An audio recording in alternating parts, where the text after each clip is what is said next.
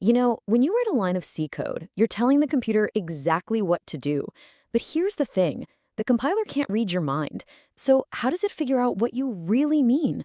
Well, it turns out there's this hidden grammar, a secret rule book that translates what you type into what the machine actually does. And we're about to crack that code. Okay, let's start with a little puzzle. Look at this line of code. Seems simple enough, right? But wait a minute. Is the answer 12 or is it 2? I mean, if you do 10 minus 4 first, you get 6. Times 2 is 12.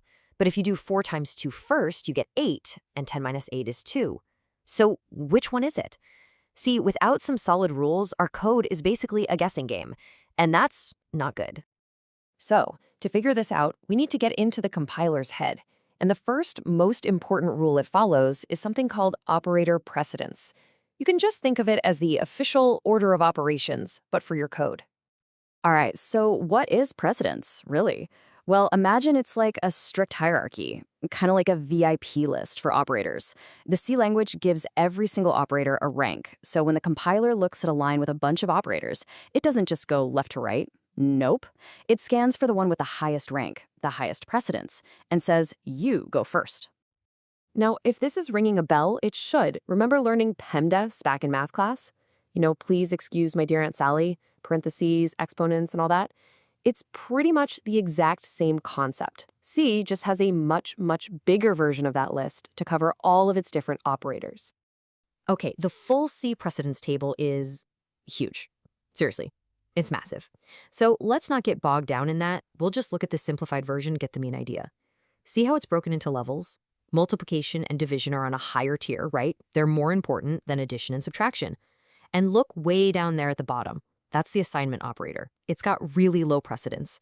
This ranking system is everything. All right, let's circle back to our original puzzle. The compiler sees a minus sign and a multiplication sign. It pulls out its rulebook and sees that multiplication has a higher rank, higher precedence. So it calculates 4 times 2 first. Boom, that's 8. Then it goes back and does the lower ranked subtraction, 10 minus 8. And just like that, we have our answer. The result is 2. Okay, cool. So precedence solves that puzzle. But what happens when operators are on the same level, when they have the same rank? What's the tiebreaker then? Well, for that, we need to introduce a second rule, associativity. Check out this new line of code. We've got 10 minus 5 plus 3. Now, if you look back at our table, subtraction and addition are on the same tier. They're equals. So what does the compiler do? Does it handle 10 minus 5 first, or does it do 5 plus 3 first? Precedence isn't going to help us here. We need that tiebreaker. And that tiebreaker has a name, operator associativity.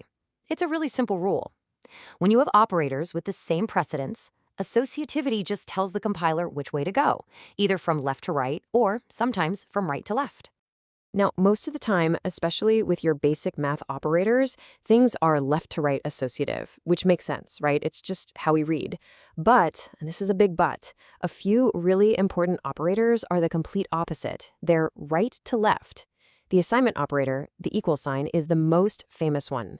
And trust me, not knowing how it works can lead to some very, very confusing bugs. This is a perfect example of that right-to-left rule in action. When the compiler sees A is equal to B is equal to 5, it doesn't start on the left. It starts all the way over on the right. The very first thing it does is B equals 5. Now here's the secret sauce. In C, an assignment isn't just an action. It's an expression that has a value. So the value of B equals 5 is 5. The compiler then sees the line as A equals 5, and boom, A gets the value 5. That's how they both end up as 5, all because the evaluation started from the right. Okay, so let's take that back to our second puzzle, 10 minus 5 plus 3. We know addition and subtraction are left to right, so the compiler just chugs along from the left. First, 10 minus 5, that's 5. Then it takes that result and does 5 plus 3. Final answer, 8. See? Simple. So there you have it. We've cracked the compiler's code. We now know the two big rules, precedence and associativity. But just knowing the rules isn't enough. The real goal is to write good, clear code. So let's talk about how to take this knowledge and actually code with confidence. First things first, rule number 1, the compiler is predictable. It's not trying to trick you.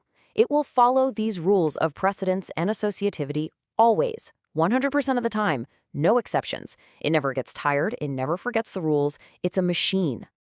And that brings us to rule number 2. We are humans. We are not compilers. Sure, you probably remember that multiplication comes before addition, but can you, right now, off the top of your head, tell me the precedence of, say, a bitwise shift versus a logical AND? Probably not. And trying to rely on your memory for all those obscure rules is just asking for trouble for those really nasty, hard-to-find bugs. And this leads us to the single most important thing you should take away from all this. This is the golden rule of clarity, folks. When in doubt, use parentheses. Seriously, don't try to be clever. Don't rely on remembering some obscure rule. Just use parentheses. They make your intentions crystal clear, both to the compiler and, maybe more importantly, to the next person who has to read your code. Just look at this side by side. The code on the left, it works, yeah, but it makes you stop. It makes you do mental gymnastics and remember the rules we just talked about. The code on the right, though, it's perfectly clear. Instantly. There is absolutely no doubt about what's happening first. It's just obvious. So I'll leave you with a final thought to chew on. How might a tiny bug involving operator precedence show up in the real world? And more importantly, how much time, how much frustration could a single pair of parentheses save you? Think about it. In a banking system, a medical device, or a self-driving car, a subtle bug like this isn't just an oopsie, it could be catastrophic. So the real question is, how much is that kind of clarity really worth?